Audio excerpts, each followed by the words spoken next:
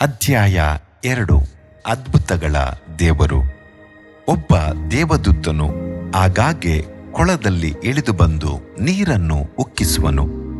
ನೀರನ್ನು ಉಕ್ಕಿಸಿದ ಮೇಲೆ ಮೊದಲು ಒಳಗೆ ಹೋದವನು ಯಾವ ರೋಗದಲ್ಲಿ ಬಿದ್ದಿದ್ದರೂ ಸ್ವಸ್ಥವಾಗುವನು. ಯೋಹಾನ 5ನೇ ಅಧ್ಯಾಯ 7ನೇ ವಾಕ್ಯ. ನೀರು ಯಾವಾಗಲೂ ಉಕ್ಕುವುದಿಲ್ಲ, ಆದರೆ ನೀರು ಉಕ್ಕುವಾಗ ಬೆತ್ಸದ ಕೊಳದಲ್ಲಿ ಅದ್ಭುತವು ನಡೆಯುತ್ತದೆ. ದೇವ ಮಗುವೆ, ನಿನ್ನ ಆಂತರ್ಯವು ಕಳವಳಗೊಳ್ಳುತ್ತಿದೆಯೇ? ನಿನ್ನ ಕುಟುಂಬದಲ್ಲಿ ಕಳವಳವೇ?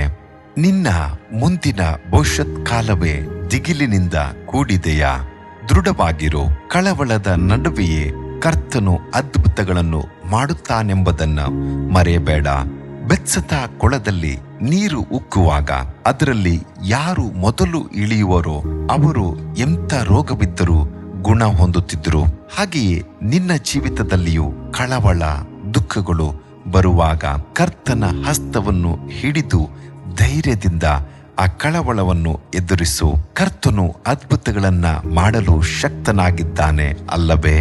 ಇಸ್ರಾಯೇಲ್ಯರು ಕೆಂಪು ಸಮುದ್ರದ ದಡದಲ್ಲಿ ಬಂದಾಗ ಮುಂದೆ ಕೆಂಪು ಸಮುದ್ರ, ಹಿಂದೆ ಫರೋಹನ ಸೈನ್ಯ, ಯಾವ ಕಡೆಯಿಂದಲೂ ತಪ್ಪಿಸಿಕೊಳ್ಳಲಾರದ ಪರಿಸ್ಥಿತಿ. ಅವರು ಕುಗ್ಗಿ ಹೋದರು. ಆ ಕಷ್ಟ ಪರಿಸ್ಥಿತಿಯ ಸಮಯದಲ್ಲಿ ದೇವರು ಅವರ ಜೀವಿತದಲ್ಲಿ ಅದ್ಭುತಗಳನ್ನ ಮಾಡುವ ಸಮಯವಾಗಿತ್ತು. ಹೌದು, ಕೆಂಪು ಸಮುದ್ರವು ಇಬ್ಬಾಗವಾಗಿ ದಾರಿ ಬಿಟ್ಟಿತು. ಮೇಘಸ್ತಂಭವು ಮುಂದೆ ಹೋಯಿತು. ಫರೋಹನು ಅವನ ಸೈನ್ಯದವರು ನಾಶವಾದರು.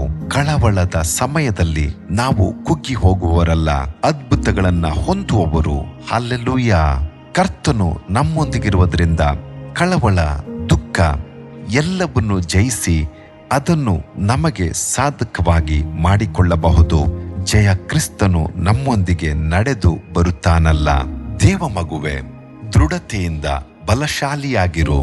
ಅಂದು ಮೋಶೆ ಭಯಗೊಂಡಿದ್ದ ಇಸ್ರಾಯೇಲ್ಯರನ್ನು ನೋಡಿ ಹೇಳಿದ್ದು, ಕರ್ತನೇ ನಿಮಗಾಗಿ ಯುದ್ಧ ಮಾಡುವನು, ನೀವಂತೂ ಸುಮ್ಮನೆ ಇರ್ರಿ ಅಂದನು. ವಿಮೋಚನೆ ಕಾಂಡ 14:14. ಸತ್ಯವೇದವು ಹೇಳುತ್ತದೆ, ನೀರು ಉಕ್ಕುವಾಗ ಯಾರು ಅದರಲ್ಲಿ ಮೊದಲು ಇಳಿಯುತ್ತಾರೋ ಸ್ವಲ್ಪ ಗಮನಿಸಿರಿ. ನಾವು ಮೊದಲು ಇಳಿಯಬೇಕು. ಆತ್ಮಿಕ ಆಶೀರ್ವಾದಗಳನ್ನ ಹೊಂದಿಕೊಳ್ಳಲು ನಾವು ಮುಂದೆ ಹೋಗಬೇಕು. ಒಂದು ಸಾರಿ ತಪ್ಪಿಸಿಕೊಂಡು ಬಿಟ್ಟು ಬಿಟ್ಟೆವೆಂದರೆ ತಿರುಗಿ ಪಡೆದುಕೊಳ್ಳುವುದು ಕಷ್ಟ. ಯಾಕೋಬನನ್ನು ನೋಡಿರಿ. ತನ್ನ ತಂದೆಯಿಂದ ಜ್ಯೇಷ್ಠ ಪುತ್ರಸ್ಥಾನ ಅಂದರೆ ಚೊಚ್ಚಲುತನದ ಹಕ್ಕನ್ನು ಪಡೆದುಕೊಳ್ಳಲು ಮುಂದೆ ನುಗ್ಗಿದನು.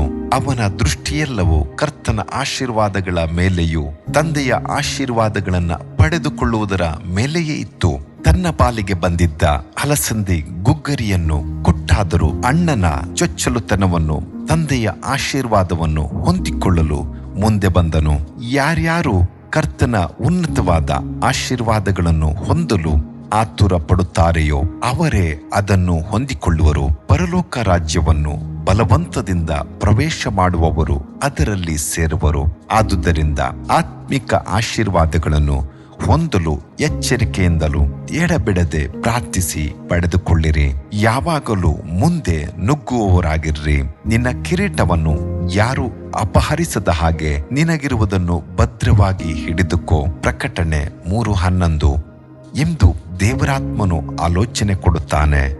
ನಾನು ಜಯ ಹೊಂದಿ ನನ್ನ ತಂದೆಯೊಂದಿಗೆ ಸಿಂಹಾಸನದಲ್ಲಿ ಕೂತುಕೊಂಡೆನು. ಹಾಗೆಯೇ ಜಯ ಹೊಂದುವವನನ್ನು ನನ್ನೊಡನೆ ಸಿಂಹಾಸನದಲ್ಲಿ ಕೂರಿಸಿಕೊಳ್ಳುವೆನು. ಪ್ರಕಟಣೆ 3:21.